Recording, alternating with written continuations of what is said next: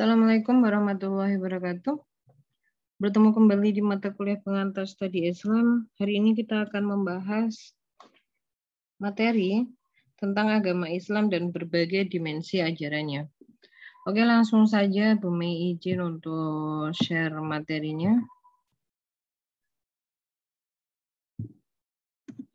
Oke, sudah terlihat ya untuk materi agama Islam dan berbagai dimensi ajarannya.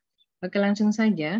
Hari ini kita ada pembahasan terkait agama dan berbagai dimensinya dan juga Islam dan berbagai dimensinya. Sebelumnya kita masuk ke pendahuluan terlebih dahulu. Saat ini di Negara Kesatuan Republik Indonesia banyak sekali adanya gerakan radikal fundamental. Kenapa banyak bermunculan gerakan radikal fundamental? Karena adanya pemahaman yang berbeda-beda terkait agama. Gerakan radikal fundamental yang terjadi di Negara Kesatuan Republik Indonesia ini dilakukan dengan cara-cara yang anarkis yang tidak jarang menyakiti banyak jiwa. Contohnya penggusuran rumah-rumah dan juga warung-warung yang diduga menjadi tempat prostitusi dan minuman keras, serta menganggap orang bukan dari golongannya sebagai musuh yang harus ditumpas habis. Jadi di sini pemahaman tentang arti agama itu sangat penting agar kita dapat membedakan dan juga memahami apa yang disebut agama, apa yang disebut nama sebuah agama, dan apa yang disebut ajaran agama itu sendiri. Di sini kata agama itu berdasarkan beberapa pengertian adalah institusi religius sebagai wadah bagi seseorang atau sekelompok orang untuk menyembah Tuhannya. Sedangkan nama agama adalah nama dari institusi religius, contohnya seperti Islam, Kristen, Buddha, Hindu, dan lain-lainnya. Itu merupakan nama dari sebuah agama itu sendiri. Selain itu, di dalam agama itu juga diyakini menjalankan beberapa fungsinya di dalam masyarakat, yang itu nantinya ada di pembahasan selanjutnya. Oke, langsung saja kita masuk ke materi hari ini. Yang pertama yaitu agama dan berbagai dimensinya. Di agama dan berbagai dimensinya ini, pembahasan pertama adalah pengertian agama.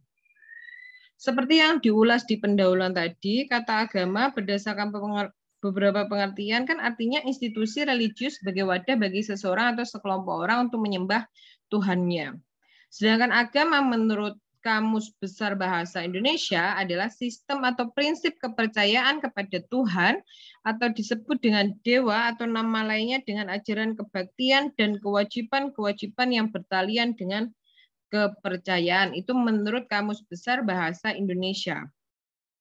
Agama sendiri menurut beberapa bahasa, mulai dari bahasa yang ada di Indonesia yang kita kenal dengan bahasa Sanskerta, agama terdiri dari A dan juga gama. A itu artinya tidak, gama berarti kacau. Jadi maksudnya adalah agama adalah suatu peraturan yang mengatur kehidupan manusia agar tidak kacau. Selanjutnya, kata agama kita kenal di bahasa Inggris. Itu istilahnya adalah religion, sedangkan bahasa Belandanya religi, sedangkan bahasa Latinnya religio. Dari kata religer, yang artinya apa? Di sini artinya adalah meningkat. Itu pengertian agama dari beberapa bahasa dan juga dari Kamus Besar Bahasa Indonesia. Oke.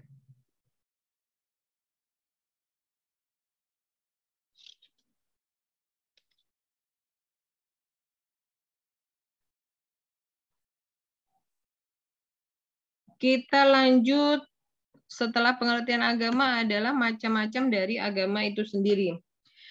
Dari banyaknya agama yang ada di dunia, contohnya adalah agama Sinto, Konghucu, Bahai, Buddha, Katolik, Protestan, Hindu, Islam, dan masih banyak agama yang lainnya. Oleh para ahli diklasifikasikan agama itu ke dalam dua golongan besar. Jadi tolak ukurnya penggolongan atau pengklasifikasiannya itu apa? Yaitu dari asal atau sumber ajaran agama.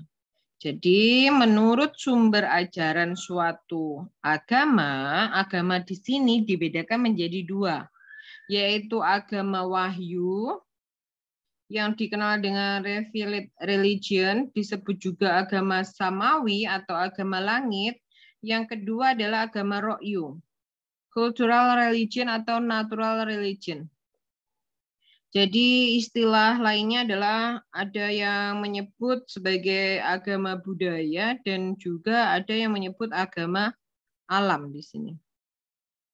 Jadi yang dimaksud klasifikasi yang pertama, nomor 1, agama wahyu, itu adalah agama yang ajarannya diwahyukan oleh Allah kepada umat manusia melalui Rasul-Nya tentunya.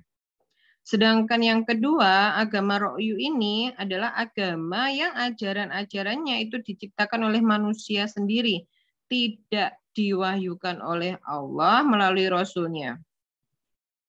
Nah, untuk membedakan dua klasifikasi agama ini, masing-masing memiliki ciri-ciri. Ciri agama wahyu atau agama samawi atau agama langit, yang pertama adalah agama wahyu dapat dipastikan kelahirannya, itu yang pertama. Yang kedua, cirinya disampaikan melalui utusan atau Rasul Allah yang bertugas menyampaikan dan menjelaskan lebih lanjut wahyu yang diterimanya dengan berbagai cara dan upaya. Ciri yang ketiga, memiliki kitab suci yang keautentikannya bertahan tetap. Ciri keempat, sistem berpikirnya tidak inheren dengan berpikir tiap segi kehidupan masyarakat. Malahan menuntut supaya sistem merasa dan berpikir mengabdikan diri kepada agama. Ciri yang kelima, ajarannya serba tetap, tetapi tafsiran dan pandangannya dapat berubah dengan perubahan akal. Ciri yang keenam, konsep ketuhanannya monoteisme atau mutlak. Ciri yang ketujuh, kebenaran prinsip-prinsip ajarannya tahan terhadap kritik akal. Mengenai alam nyata dalam perjalanan ilmu satu demi satu, terbukti kebenarannya mengenai alam gaib dapat diterima oleh akal. Ciri yang kedelapan, sistem nilai ditentukan oleh Allah sendiri yang diselaraskan dengan ukuran dan hakikat kemanusiaan. Ciri yang terakhir atau ciri yang kesembilan, di dalam ciri agama wahyu, agama samawi atau agama langit adalah melalui agama wahyu Allah memberi petunjuk, pedoman, tuntunan, dan peringatan kepada manusia dalam pembentukan insan kamil yang bersih dari dosa. Kita masuk ke ciri agama ro'yu atau ciri agama bumi atau ciri dari agama budaya. Yang pertama, agama ro'yu tidak dapat dipastikan kelahirannya. Ciri yang kedua, tidak mengenal utusan atau Rasul Allah. Yang ketiga, tidak memiliki kitab suci. Yang keempat, sistem berpikirnya inheren dengan berpikir tiap segi kehidupan. Yang kelima, ajarannya berubah seiring perubahan masyarakat yang menganut atau oleh filosofnya. Yang keenam, konsep ketuhanannya dinamisme, animisme, politeisme, paling tinggi adalah monoteisme nisbi. Ciri yang ketujuh, kebenaran prinsip ajarnya tak tahan terhadap kritik akal mengenai alam nyata, satu-satu ketika dibuktikan keliru oleh ilmu dalam perkembangannya, mengenai alam gaib tak termakan oleh akal. Ciri yang kedelapan, nilai agama ditentukan oleh manusia sesuai dengan cita-cita, sesuai dengan pengalaman, dan sesuai dengan penghayatan masyarakat penganutnya. Ciri yang terakhir dari agama ro'yu, agama bumi, dan juga agama budaya ini adalah pembentukan manusia disandarkan pada pengalaman dan penghayatan masyarakat penganutnya yang belum tentu diakui oleh masyarakat lain. Oke. Selanjutnya kita akan masuk pada fungsi agama. Jadi di pembahasan tentang agama dan berbagai dimensinya, di sini kita membahas fungsi dari agama. Jadi banyak sekali memang dalam kita menjalani kehidupan sehari-hari, memang kita sering dihadapkan oleh banyak permasalahan yang muncul. Tentunya karena kita tidak berdaya dalam menghadapi permasalahan-permasalahan yang muncul dalam kehidupan kita, kita lari kepada agama untuk mencari penyelesaian masalahnya. Manusia umumnya mempercayai bahwa agama memiliki kekuatan, dapat memberikan pertolongan dan juga perlindungan terhadap permasalahan-permasalahan yang sedang dihadapinya. Jadi di sini agama memegang peranannya yang begitu penting di dalam mempengaruhi aturan, perilaku, dan sikap hidup individu maupun masyarakat. Fungsi-fungsi yang dimiliki oleh agama dalam masyarakat antara lain ada fungsi edukatif, ada fungsi penyelamatan, ada fungsi memupuk persaudaraan, ada fungsi pengawasan sosial, serta fungsi transformatif. Oke, jadi banyak sekali ya fungsinya. Kita lanjut ke materi kedua. Kita akan membahas Islam dan berbagai dimensinya. Yang pertama, kita akan membahas pengertian agama Islam itu sendiri. Jadi, di sini agama Islam adalah agama yang sesuai fitrah manusia. Baik dalam hal akidah, syariat, ibadah, muamalah, dan lainnya. Selain itu, agama Islam juga agama yang dibawa oleh Nabi Muhammad SAW sebagai agama penutup dari agama-agama yang diturunkan oleh Allah sebelumnya. Jadi Allah telah menyempurnakan agama bagi hamba-hambanya melalui diturunkannya agama Islam. Oke. Selain itu Allah juga menyuruh manusia untuk menghadap dan masuk ke agama yang fitrah. Ini ada di firman Allah, maka hadapkanlah wajahmu dengan lurus kepada agama Islam sesuai fitrah Allah yang Dia telah menciptakan manusia menurut fitrah itu. Tidak ada perubahan pada ciptaan Allah, itulah agama yang lurus, tetapi kebanyakan manusia tidak mengetahui. Nabi Muhammad bersabda, tidaklah seorang bayi dilahirkan kecuali dalam keadaan fitrah, maka kedua orang tuanya lah yang menjadikannya Yahudi, Nasrani, atau Majusi. Tidak mungkin Allah telah menciptakan manusia, kemudian Allah memberikan beban kepada hamba-hambanya apa yang mereka tidak sanggup lakukan. Oke. Itu pengertian dari agama Islam itu sendiri. Sebenarnya masih banyak sekali pengertian dari agama Islam itu di dalam Al-Quran tentunya. Ada di surat Al-Fat ayat 28, Al-Mu'minun, surat Al-Luqman, surat Asy-Syu'ara. Ada juga di surat Al-Imran, Al-Maidah, dan masih banyak yang lainnya yang membahas terkait Islam itu sendiri. Lanjut, kita masuk ke ruang lingkup kajian agama Islam. Jadi secara garis besar, ruang lingkup agama Islam itu mencangkup tentang hubungan manusia dengan Allah Subhanahu wa Ta'ala, tentunya. Hubungan manusia dengan manusia, hubungan manusia dengan makhluk lainnya atau lingkungannya. Jadi ada 4 ya ruang lingkup kajian agama Islam. Hubungan manusia dengan Allah Subhanahu wa Ta'ala, hubungan manusia dengan manusia, hubungan manusia dengan makhluk lainnya atau lingkungannya. Ada 3 ternyata, bukan 4 ya. Yang pertama tadi hubungan manusia dengan Allah Subhanahu wa Ta'ala. Itu sesuai dengan firman Allah, dan aku tidak menciptakan jin dan manusia melainkan supaya mereka menyembahku. Surat Az-Zariyat ayat 56.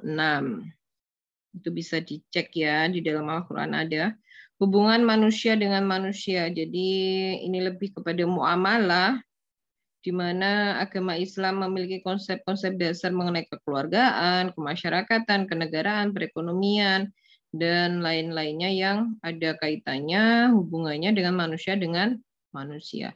Itu sesuai dengan firman Allah Subhanahu wa taala, dan tolong-menolonglah kamu dalam mengerjakan kebajikan dan takwa, dan jangan tolong-menolong dalam perbuatan dosa dan permusuhan. Itu ada di surat Al-Maidah ayat 2. Sedangkan hubungan manusia dengan makhluk lainnya atau lingkungannya itu juga ada di dalam Al-Quran seperti yang telah difirmankan Allah Subhanahu wa taala, artinya tidakkah kau perhatikan bahwa sesungguhnya Allah telah menciptakan langit dan bumi dengan hak. Itu dalam surat Ibrahim ayat 19 tentunya. Oke, dalam Al-Quran itu sebenarnya semuanya sudah dijelaskan dengan sangat lengkap sekali. Oke, yang terakhir di materi kali ini adalah fungsi agama Islam itu sendiri. Sebelum kita membahas dari segi sains sosial, dari segi pragmatisme, sebenarnya seseorang itu menganut sesuatu agama itu disebabkan oleh fungsinya. Bagi kebanyakan orang, agama itu berfungsi untuk apa? Untuk menjaga kebahagiaan hidup. Tetapi dari segi sains sosial, fungsi agama itu mempunyai dimensi yang lain. Antara lain agama sebagai sumber budaya tentunya. Yang kedua, agama sebagai solusi. Yang ketiga, agama sebagai sumber solidaritas manusia, dan agama sebagai pranata sosial. Ini sedikit ulasan tentang materi kita hari ini, tentang agama Islam dan berbagai dimensi ajarannya. Semoga pembahasan kali ini bermanfaat untuk kita semua, bisa dapat dipahami, dan tentunya bisa menjadi pemahaman bersama bahwa pemahaman agama itu penting dalam kehidupan sehari-hari agar kita terhindar dari gerakan yang radikal fundamental tentunya. Demikian yang dapat Bu Mei sampaikan. Wassalamualaikum warahmatullahi wabarakatuh. Ibu sudah tahu.